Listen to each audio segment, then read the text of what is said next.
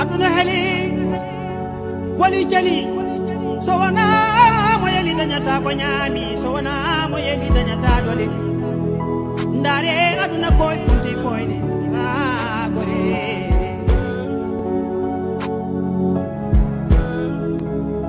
njampo heewi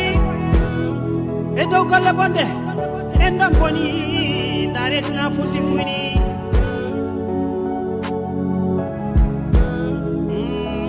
won heɓe woyoɓe kono won jaloɓe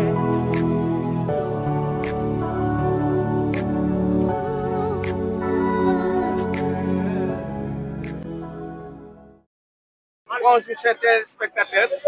bonjour tous ceux qui sont là. C'est la population de Namora vraiment et environ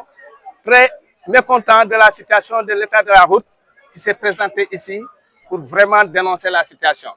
C'est une situation vraiment très compliquée. La route est complètement dégradée. Une route qui avait démarré en 2024 et qui devrait prendre fin en 3 mois. Voilà que ça fait maintenant presque 1 an, la route ne fonctionne pas. Aujourd'hui, les cars ont arrêté de circuler. Et vous connaissez très bien les conséquences. Pour les femmes, pour aller au marché, c'est tout à fait un problème. Bon, si vous avez un malade, pour l'évacuer à l'hôpital, c'est tout à fait un problème. Si vous avez une femme qui doit accoucher, c'est tout à fait un problème. Ce sont des charrettes finalement qui circulent entre Namora et Tlaonpel. C'est vraiment compliqué. Alors, nous demandons à l'État, il y a beaucoup de conséquences bien sûr, mais nous demandons à l'État de venir au secours de cette situation qui est vraiment très préoccupante pour la population de Namora et environ. maa ngi tudd Pape Malick Gueye, habitant de Namora. Donc je suis en quelque sorte initiateur ou bon on va dire un des initiateurs de marche bii nii ak ñeneen ñi. Donc cause bi lii c'est très simple. Cause bi mooy depuis presque 2 ans ñu ngi nekk ci dëkk ci ay tali yoo xam ne baaxul dëkk tali yoo xam ne c'est impraticable dem nañ sax léegi ba li ci gën a garaaw mooy léegi bus yi mënatuñu continuer comme ni ko délégué waxee sànq c'est-à-dire que nit ñi dañuy obligé dox ñun suñu oto ñi nga xam ne dañ ci am ay oto seen oto yi dafay yàqu gaare nañ ko donc situation la boo xamante ni dafa préoccupante moo tax ñun habitants de Namora yi ñu ne nag dañuy génn du wane suñu mécontentement ci ñi ñu jiite d'abord dañuy interpeller le maire directement parce que moom mooy suñu mën nañu wax ne moom mooy suñu première autorité bala ñoo dem ci ay les autorités nationales dañuy ñëw ci maire bi wax ko mu defaral ñu suñu tali bi dans un premier temps ñu Namora on a beaucoup de problèmes mais li ñu intéressé tey gën ñu intéressé mooy suñu tali bi ñu defaral ñu ko ba nit ñi mën a circuler. tali bi dañ ñëwoon bu ñu koy def 3 mois la waroon pare donc normalement ça devait être livré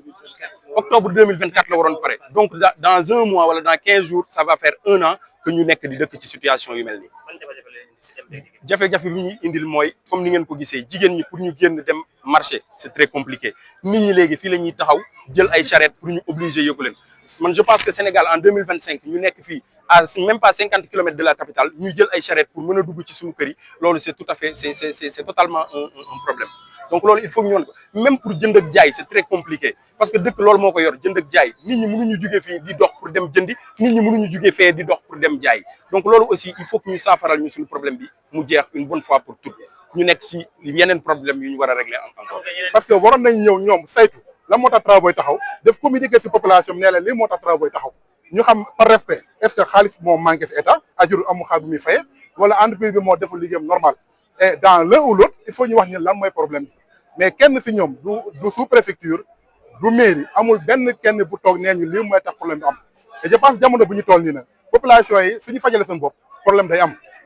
dañoo ne dans un état de droit il faut que ñi ñu fi teg nga xam ne yéen état lañ fi toogal ñu def seen liggéey parce que ñun kenn faluñu ñoom la ñuy fal waaw dëgg yàlla c'est eux qui ont les privilèges ils n'ont qu'à faire le boulot te bañ te génn dans leur cocon là régler problème commune bi définitivement parce que depuis ba ma dëkkee fii ay dëkkuwaay rek moo fi nekk non seulement ay dëkkuwaay ñoo fi nekk mais amul absolument rien dëkkuwaay yaa ngi yaatu commune bi yaatu na dem ba ay plus de 130 000 âmes mais soo xoolee malheureusement ay dëkkuwaay kese la suñu doom bi amul suñu foowee jigéen ñi amuñu ndox bu sell bu ñu nan mais pratiquement suñu fi naree wax problème Tivaouane Peulh ñàkk-ñàkk dañ ciy fanaan donc li ñuy ñaan rek mooy état jël ay responsabilités xam ne commune bu toll nii suñ ko sàgganee ak problème bu voirie yi problème assainissement mooy rawi Kër Massar te duñ ko di seetaan nag Kër Massar di fi ñëw parce que tout simplement Kër Massar gis nañu tous les problèmes ak inondation am Sénégal yëpp on a vu te dëkkuwaay su continuer ndox bi du am fu muy jaar te su jaaru fenn kër yi lay dugg mais loolu nag day naa mieux vaut prévenir que guérir gouverner c'est prévoir kon état bi na jël ay matuwaayam wax dëgg yàlla te lii di éviter ces genres de situation là di am et pour terminer population yi yëpp da leen di interpeller ñu xam ne mbir mi ça dépasse largement les problèmes individuels ku nekk sa bopp nañu fàtte suñu bopp te jublu si problème commune bi loolu moo jar a wax may sam njëbi dara ñu waxal. tudd Soxna May Galas Faye bàjjenu gox Namara depuis 10 ans maa ngi dëkk Namara ñu def ma bàjjenu gox waaye dëkkuwaay lu manqué ci dëkkuwaay yëpp mu ngi ci ma amul dara lu dëkkuwaay war a am te Namara am ko du ndox du école primaire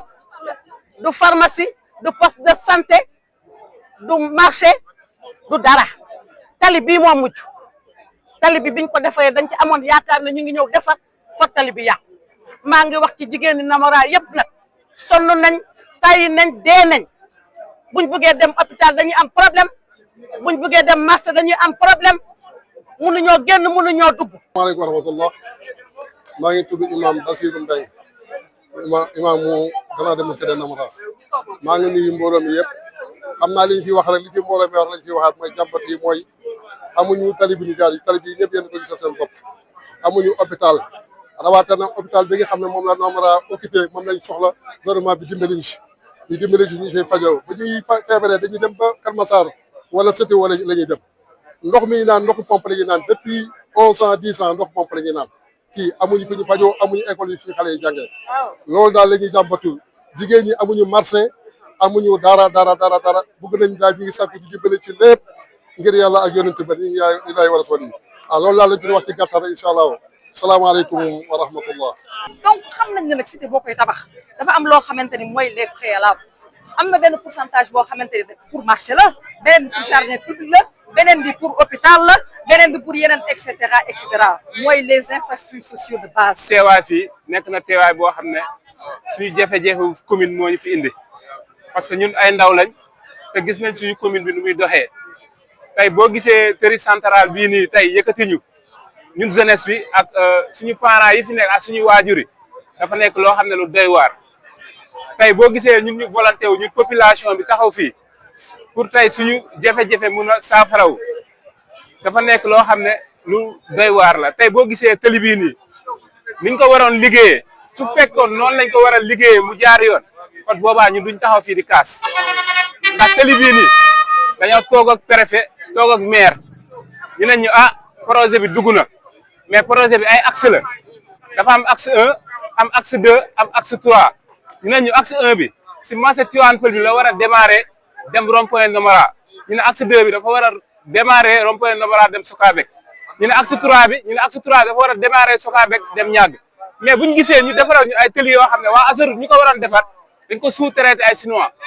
kon boobaa ñooñu teg nañ seen benn deal boo xam ne man mënu ma comprendre nga defar tëli sans canalisation.